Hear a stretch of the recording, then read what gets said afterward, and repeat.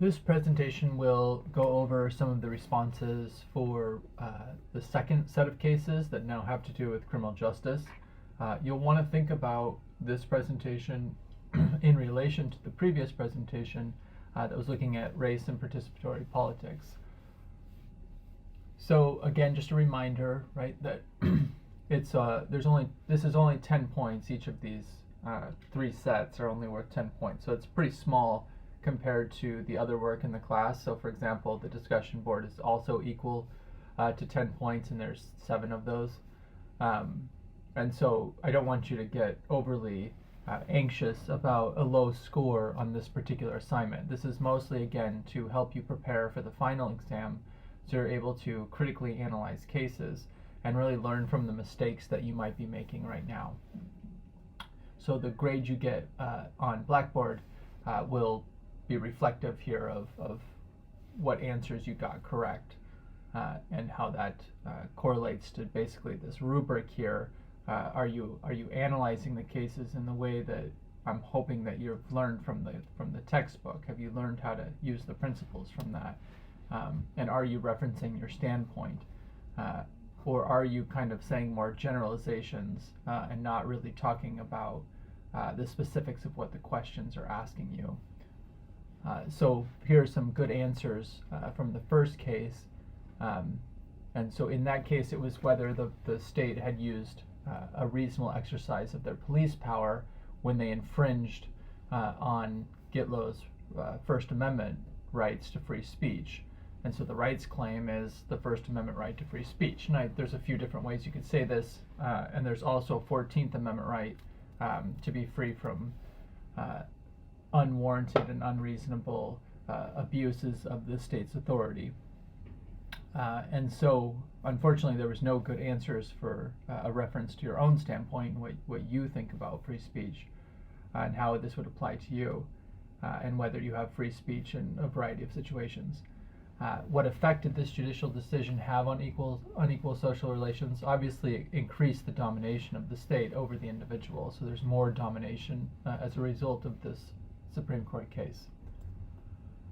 Moving on to the Garrity versus New Jersey case, the controversy here is whether the police officers were coerced into incriminating themselves, and so the injustice is that they were not given their due process rights.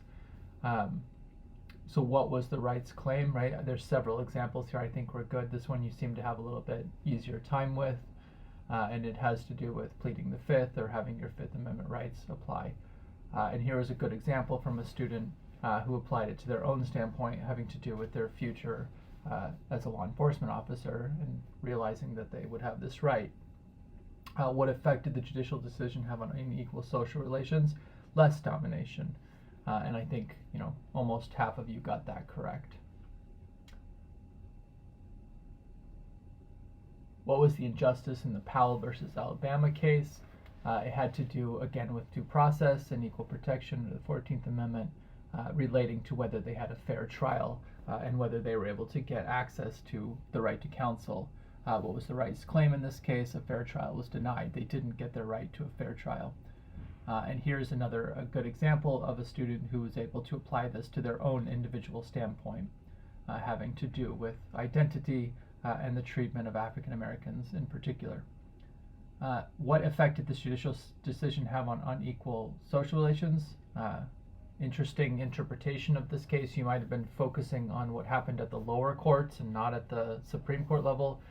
The Supreme Court ruled that you must be given due process, that you must have access to a fair trial, and they sent the case back to be given a trial based on that. And so I'm not sure whether this is a misunderstanding of that, whether you weren't able to comprehend this in the reading itself, or whether you might have been given bad information on the internet. It's hard to say, but this would be less domination because you must be given access to a lawyer. What was the injustice controversy in the Furman case? In this case, it has to do with whether the death penalty is cruel and unusual punishment in violation of the 8th Amendment. And so what's the rights claim? You have the right not to be cruelly and unusually punished through the death penalty. And again, no good answers that apply to anyone's individual standpoint here. What effect did the judicial's decision have on unequal social relations? Again, less domination. You have more protection against the state arbitrarily sending you to death through their form of punishment. I think it's wishful thinking that this would somehow lead to equality in social relations.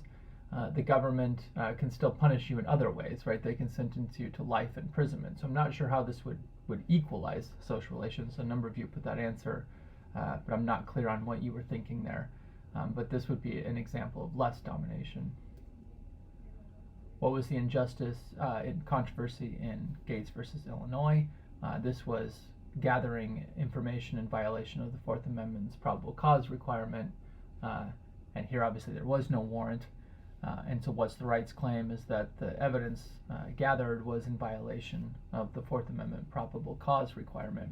And again, no good answers here that reference to your own standpoint. What effect did this decision have? This again would be less domination. Courts are required to go through a process that they call the totality of the circumstances test. If the courts had ruled that probable cause was not necessary, then that would be an example of more domination or maintaining domination. You might be able to make an argument here that it maintained domination because it didn't fully protect the Fourth Amendment right, but that'd be an argument. I'm not sure that'd be a good argument, but it would be an argument.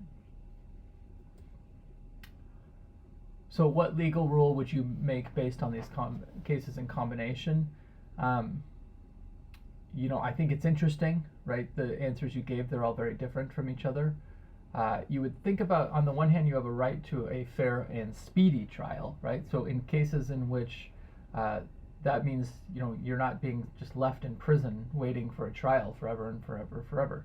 On the other hand, if the trial is moving too quickly or the evidence is, being rushed, then your other amendment rights might be violated. So I'm hoping you see that it's very difficult to balance the criminal justice interests with your rights claims. The other one is that you can see that people are treated differently based on their ethnicity and race and gender. And so you might want to have a rule that limits the abuse in the bias of the criminal justice system. And I also just want you to then be thinking about this in the sense of how do legal cases impact social relations? Do they lead to more domination, less domination, or do they maintain domination? I want you also start to questioning the idea that a legal case is going to make people equal in society, that is probably a very unrealistic expectation. And so you might want to start just analyzing these cases which in a much more realistic point of view, that just because a case determines a certain thing, for example, the right to counsel, it doesn't mean that everybody gets the right to counsel, right? The case shows you that it oftentimes does not happen because of race or ethnicity. And so a legal case opinion, a judge saying something, does not automatically make everyone equal. And so I'm hoping this is a recurring theme that you gather in this class. So as you go into the final set of cases, I really hope that this is what you're focusing on as you move forward and prepare for the final exam.